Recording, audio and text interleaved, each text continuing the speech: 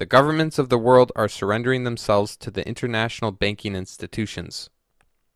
The World Bank, IMF, and BIS.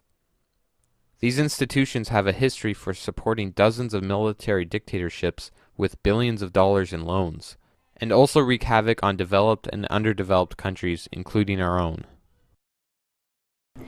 So for instance, why do we have a healthcare crisis now? We have a healthcare crisis in 2009 because in 1994, the International Monetary Fund wrote a report to the Government of Canada that said, and at that point we were in debt. Remember, this was right before Paul Martin's slaying of the deficit. So yeah, it would have been like 600, 500 billion. It was, and the IMF's report was, okay, Canada's not, we're not saying you're a basket case, but our view of your financial viability, and that of course translates into how the bond raters in New York take our financial viability. We would think, we think you'd do better if you did the following things. Stop student bursaries and convert them to interest-bearing student loans. Cut the CBC, cut the NFB, cut Via Rail, reduce the number of hospital beds you've got. Now, all of those things happened. There was never any democratic debate about it. We lost 20% of our hospital beds in Canada in the year and a half after the IMF report to the Government of Canada. But nobody even really knows it happened.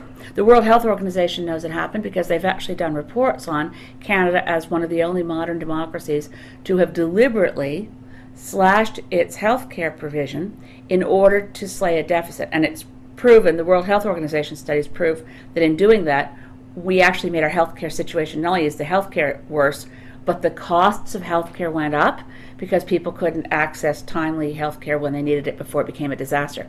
So, but who was in who actually made those cuts? Paul Martin. We were told by the IMF that certain things should be slashed. Now, why couldn't a government say to the IMF, go fly a kite? Well, simple reason. Once you have indebtedness to a foreign country or foreign banks, and your credit rating really matters. If you drop from a AAA credit rating to a AA credit rating, as you guys know, your interest rates are going to go up on the debt you have. So you'll be spending more and more and more out of the federal treasury or in the provincial treasury. And that's why Bob Rae, by the way, as Premier of Ontario, didn't keep his campaign promises. He didn't keep them because he got to Ontario and discovered that if he did the things he promised, bond raters in New York, anonymous people, nothing to do with Canadian democracy, would make a decision to drop Ontario's credit rating such that any promises Rae was trying to keep would come from a smaller and smaller amount of an available budget, because more of his budget would have to go to paying interest on the debt. So they have you over a barrel. So once you have a debt, particularly to external sources, now why, if you have a debt to the Bank of Canada, it doesn't matter. If you have a debt that is external, that the rest of the world is looking at, how large is your deficit? How large is your debt? How much trouble are you in? I mean, look at the United States right now. It's the biggest debtor country in the world. China holds most of the paper.